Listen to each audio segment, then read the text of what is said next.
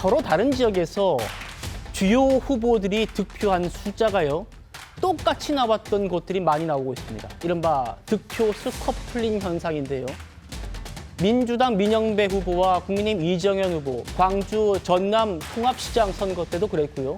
그러니까 보시면 민영배 후보가 다른 곳은 606표, 또 다른 곳은 606표, 이정현 후보는 120표, 120표. 여기가요, 다른 동입니다. 다른 동에 보시면 1764표, 1827표, 모집단이 틀립니다, 숫자가.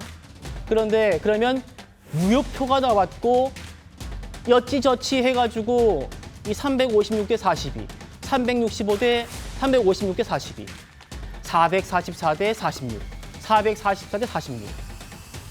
이런 식으로요. 광주, 전남, 인천 또 여러 지역에서 이런 득표수 커플링 현상이 나타나고 있다는 겁니다. 설 변호사님, 네. 이건 단순히 한 후보의 득표가 일치한 수준을 넘어서요. 그러니까 서로 다른 후보의 득표수가 동시에 동일하게 발견되는 사례가 많이 나오고 있단 말입니다.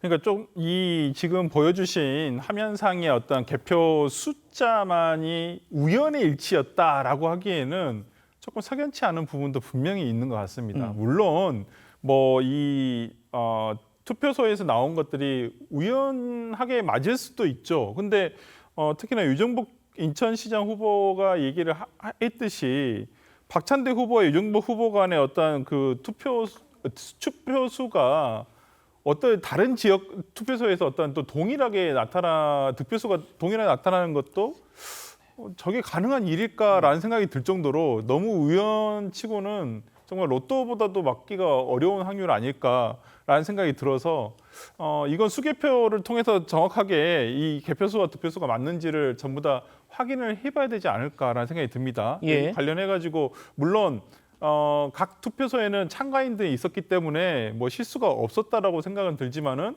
그렇다 손 치더라도 숫자가 이렇게 일치해버린다고 하는 것이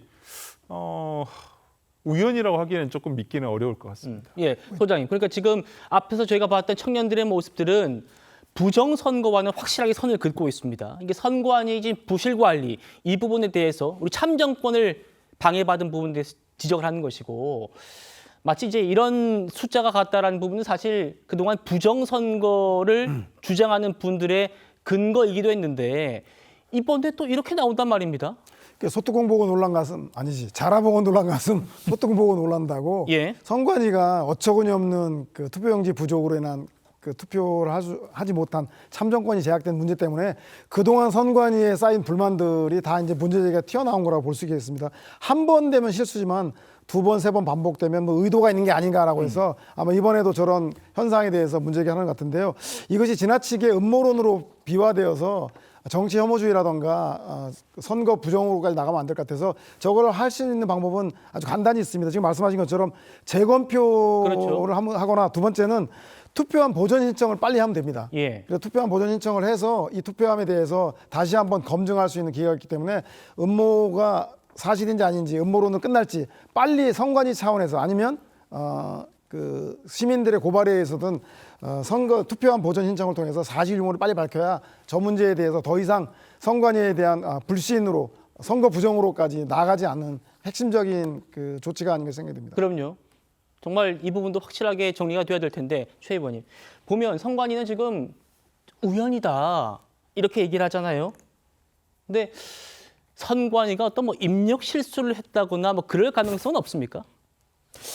우연이라는 거는요. 보통 이제 한 2개 정도가 일치했다. 뭐 그거는 우연일 수 있습니다. 그러나 이제 3번부터는 우연이 아니다. 이런 얘기를 많이 하잖아요. 지금 이 사례가 한 3건 사례가 넘어서 뭐 여러 건이 있으면 그게 우연이겠느냐 과연. 그러니까 여당 후보의 표와 야당 후보의 표수가 우연히 다른 지역에서 같을 수 있겠죠. 그것도 뭐 아주 드문 얘기고 여러 가지 의문을 살 일이지만 여하튼 그걸 이따 치자 이거죠. 그런데 그게 한 3군데, 4군데 정도에서 발견됐다 그러면 이게 입력할 때 그냥 뭐 복사해서 붙이듯이 누군가 입력한 거 아니냐 그러니까요.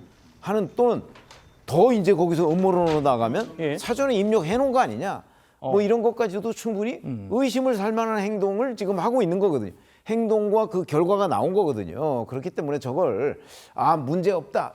이러고서 그냥 믿어달라라고 하기에는 선관위가 너무나 신뢰를 잃었기 때문에 선관위가 이제 저 문제가 된 지역만이라도 최소한도 수개표나 아니면 재검표를 통해서 분명하게 뭐가 문제인지 이거를 하여튼 객관적인 어떤 감시하에 조사를 해서 결과를 밝히기 전에는 아마 저부터도 좀 믿기가 어려워요. 저 얘기는 도저히 저렇게 우연히 계속 여러 군데서 반복될 수는 없다고 생각하거든요. 예. 그렇기 때문에 저거는 뭐 저희가 부정 선거다 이렇게 단정할 수는 없지만 그럼요. 적어도 뭔가 이상하다 하는 데까지는 충분히 공감할 수 있는 대목이기 때문에 한시바삐 저 부분에 관한 후속 조치를 취해주길 바란다. 이렇게 뭔가 이상하다. 뭔가 이상하다. 이런 의구심을 갖게 되는 것도 모두 다 선관위의 자업자득입니다. 김민석 국무총리를요, 대학생 대표들이 찾아갔습니다. 제2의 민주화 운동이라는 표현도 썼습니다. 저희는 21세기 대한민국의 제2의 민주화 운동이 일어나는 것을 바라지 않습니다. 만약 지금 이 자리에서 논의되었던 것들이 잘 이루어지지 않는다면 저희는 어쩔 수 없이 진행을 해야 될 것 같습니다. 저희의 목소리는 분명히 중립지대로서의 올바른 이야기라고 생각해 주셨으면 좋겠습니다. 제2의 민주화 운동을 안 했으면 좋겠다 하는 게 굉장히 무겁게 와닿네요. 적어도 민주화 뭐 이런 것이 쟁점이 되지는 않는 사회로 가야 되는 거 아니냐라는 말씀이신 것 같고. 민주화의 가장 기본적인 게 국민들의 참정권 보장이죠.